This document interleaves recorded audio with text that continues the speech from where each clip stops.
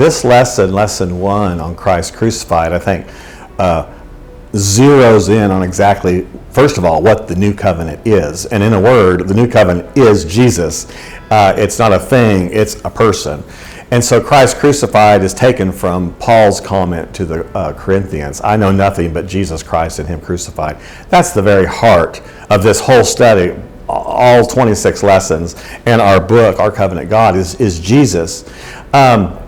But yeah, as you mentioned, we left off the last quarterly with really kind of a crisis of the covenant. Israel had not been faithful, but God is faithful, and through the prophets, he promises a new covenant to come.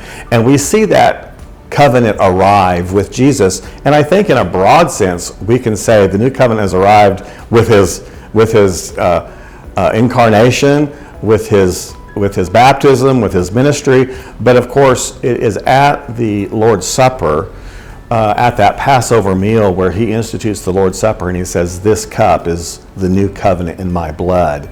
And he's talking about what's about to happen in the crucifixion and how his life blood is going to inaugurate a new covenant. That new covenant way had already begun with his coming into the world, and it certainly had been taught in his ministry and seen in his miracles and his healings.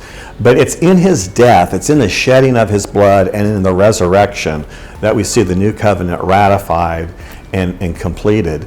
And I think as we go through these lessons, keep in mind that overarching plan. What's the relationship between the old and new covenant? And we get an important taste here. It's only in light of Jesus that we start calling the Mosaic covenant the old covenant. It's in light of Jesus' death and resurrection that becomes old because something new has arrived. And we see it specifically in the Lord's Supper itself. You see both continuity, a continuation of that story, a progression of that story, but you also see change and a discontinuity, parts that are abrogated or set aside.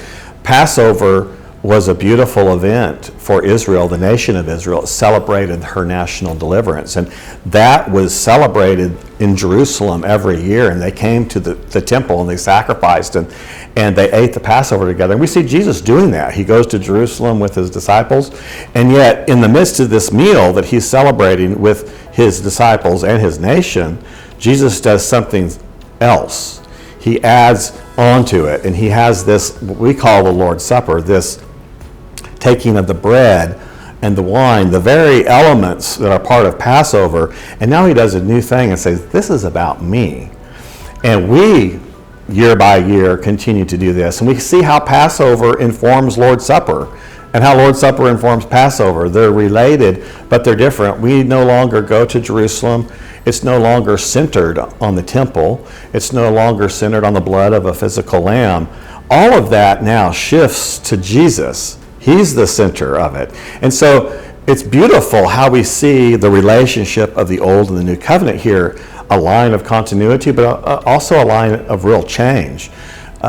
We can celebrate Jesus in our Lord's Supper anywhere in the world because he's the center of it.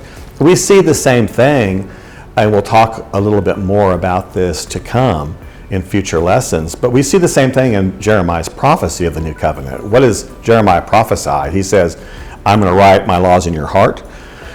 I'm going to remember your iniquities no more, and every man is going to know me personally, not through some other medium, but he's going to know me personally. And those three characteristics of covenant, the law, the presence of the law, the presence of God's forgiveness, and God's very presence among his people, all of that was experienced in the temple under the old covenant. Now all those things are experienced, and not just experienced, but magnified. We're not just talking about national Israel and her historic deliverances. Now we're talking about cosmic deliverance for all peoples of all kinds. And so this lesson just jumps right in and digs into this theme. And it's a really important first lesson in establishing Jesus as our new covenant. And while we see a continuity of that old covenant story in Jesus, we see Jesus as that new and better covenant.